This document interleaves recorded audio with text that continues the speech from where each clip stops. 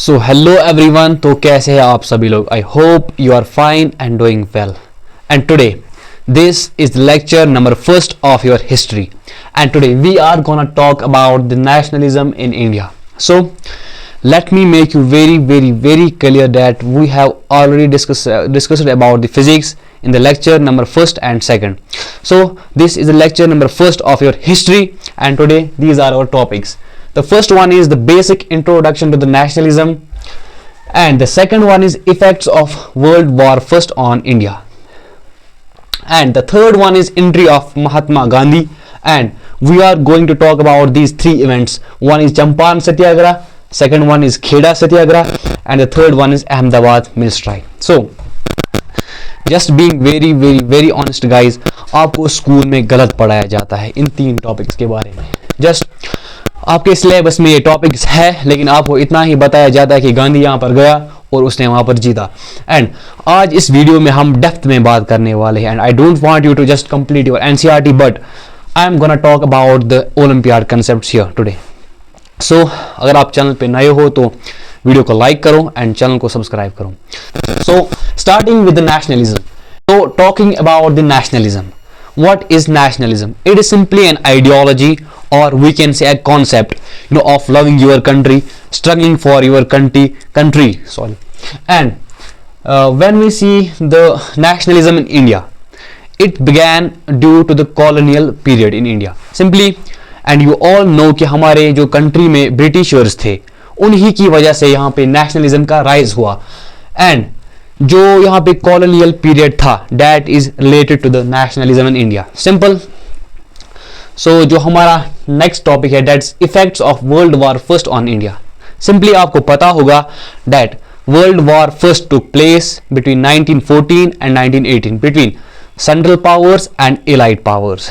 Simple, British was the part of allied powers, and British was against the Ottoman empire and Germany.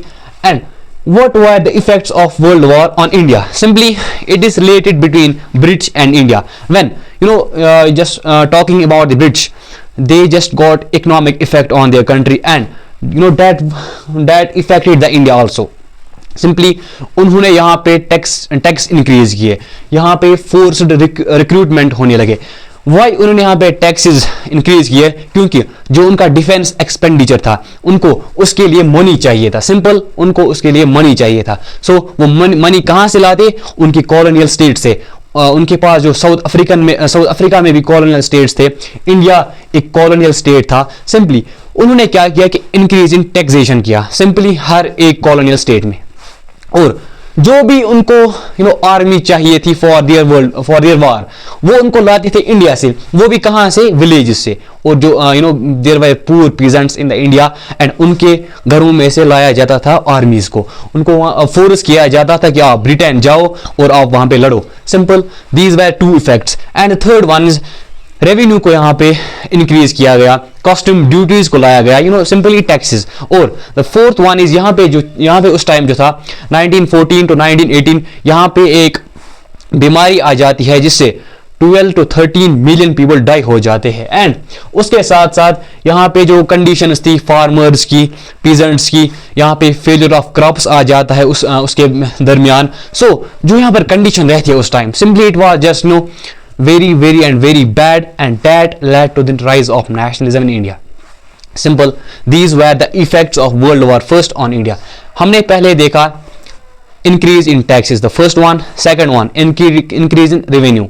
Third one, custom duties were increased. The fourth one, forced recruitment. The fifth one, यहाँ पे कुछ epidemics आए थे जिनकी वजह से 12 million people die हुए थे। और यहाँ पे फेमाइन्स भी आए थे। फेमाइन्स मतलब फूड की कमी हुई थी। और ड्राफ्ट्स भी आए थे जिनकी वजह से फेलियर ऑफ क्रॉप्स भी आया था, और जो फूड्स का प्राइस था वो भी इंक्रीज हुआ था। सो ओवरऑल जब हम कंडीशन देखें इंडिया की, that was very bad. So that led to the rise of nationalism. Simply, जब ये वाली कंडीशन हमारे इंडिया में थी, तो इसी टाइम पे एंट्री ऑफ महात्मा गांधी होती है। Simply, Mahatma Gandhi came from the South Africa in 1915 at the age of 42। Just write it on your copy. And again मैं बोल रहा हूं कि अगर आप अभी नहीं लिख रहे हो तो just you can join our WhatsApp group and we are gonna provide you some important notes. Simple. Mahatma Gandhi आ जाते हैं 1915 में at the age of 42 from South Africa. What he was doing in South Africa? He was just fighting for the black people there and what we call it apartheid system. Simple. और जो ही वो India आ जाते हैं 1915 में, so he took 1 year to observe the political situation, economic situation and the social culture of India. Simple. उसके बाद he brought a new idea. उसने अपने साथ एक आइडिया लाया इंडिया में, that was known as a satyagraha. You know what was it? Actually, just leave it. But I'm gonna. So, talking about the concept of satyagraha. This was the concept of Mahatma Gandhi. और इसमें उसने बोला कि हमें fight करना है injustice के खिलाफ, but without violence. Simply, this was the weapon of weak and only strong men can do it. It's all about the satyagraha, but it's not important here. It was only a concept of Mahatma Gandhi.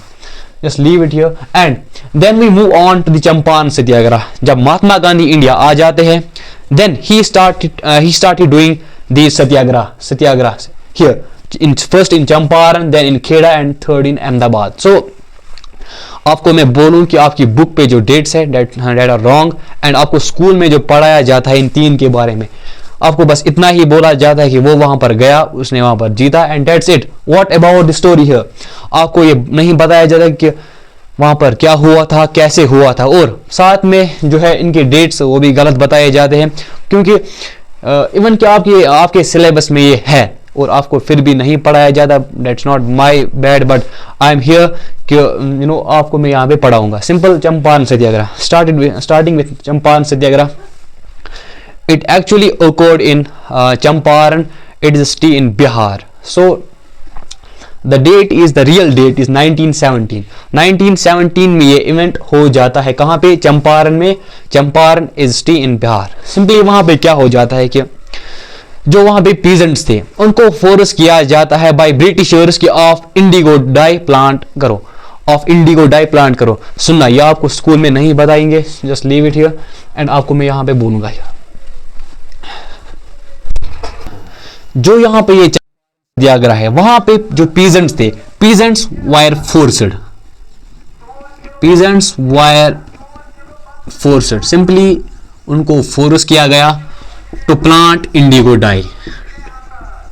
To plant indigo dye. And आपको मैं बोलूं कि आप वहां पे जो Britishers थे उन्होंने एक सिस्टम को वहां पे लागू किया जिसका नाम था Tinkathia system. Tinkathia system. Simply आप ऐसा लिख सकते हो 3/20. ये एक सिस्टम था जिसको ब्रिटिशर्स ने वहां पे इंपोज किया. मसला क्या था कि जो इंडिगो डाई थी, ब्रिटिश में उनके पास जब ब्रिटिशर्स यहाँ से इंडिगो डाई ले जाते थे कहाँ, इंग्लैंड, तो वहाँ पे उनको ज़्यादा और ज़्यादा इकोनॉमी मिलती थी. वहाँ पे पैसा ज़्यादा मिलता था यहाँ के कंपैरिजन में. सिंपल. तो उन्होंने जो पीजेंट्स को फोर्स किया कि आप अगेन आप जितना ज़्यादा एक प्लान कर सकते हो उतना करो और इस वाले सिस्टम पे करो 3/20. This is known as Tinkathia system.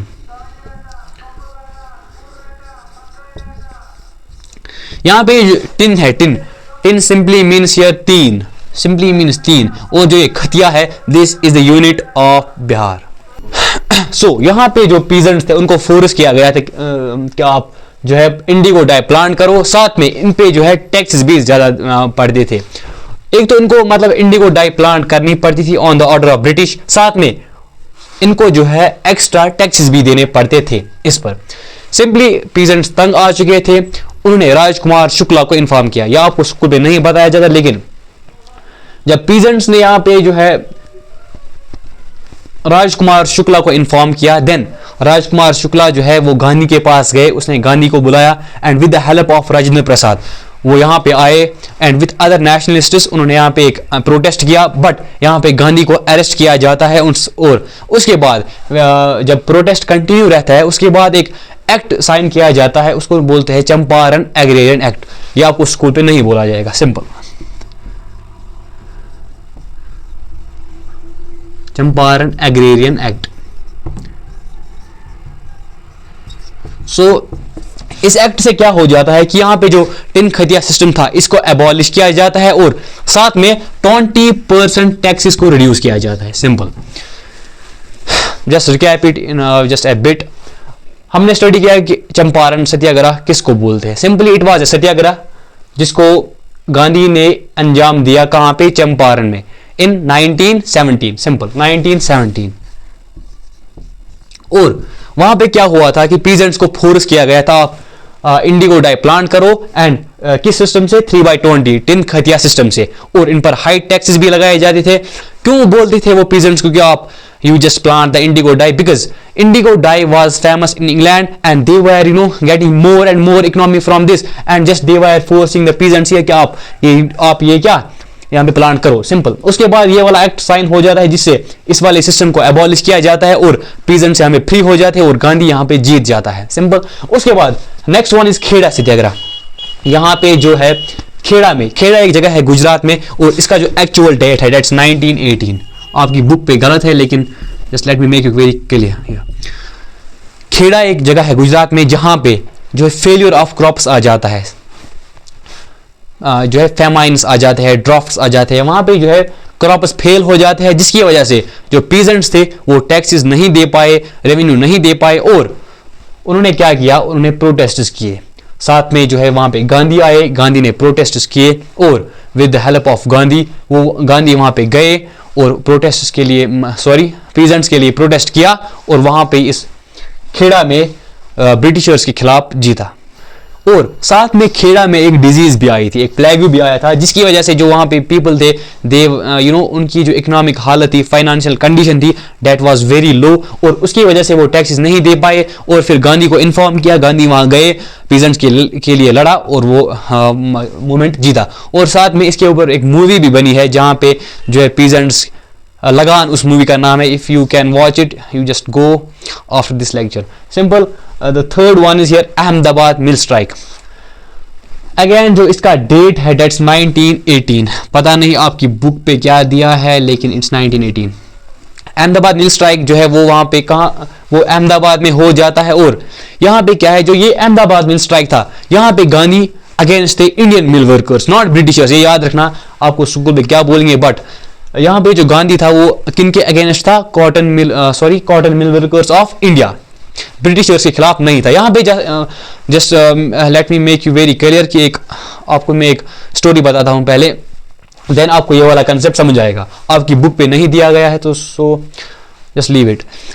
जो अहमदाबाद में एक बार प्लेग आया था, एक डिजीज आई थी जिसकी वजह से जो सारे लेबर्स थे उन्होंने फैक्ट्रीज इंडस्ट्रीज को छोड़ दिया था,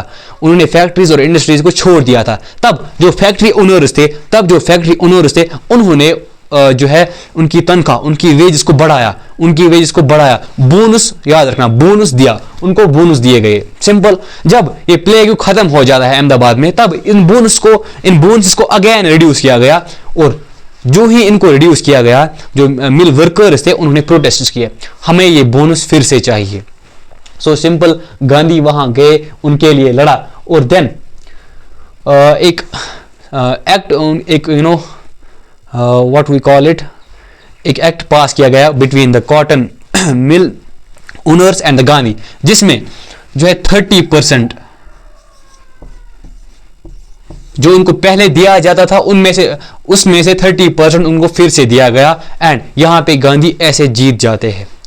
सो ये रहे हमारे 3 जो है सत्याग्रह मूवमेंट जिनको गांधी ने अंजाम दिया इंडिया में। सिंपल।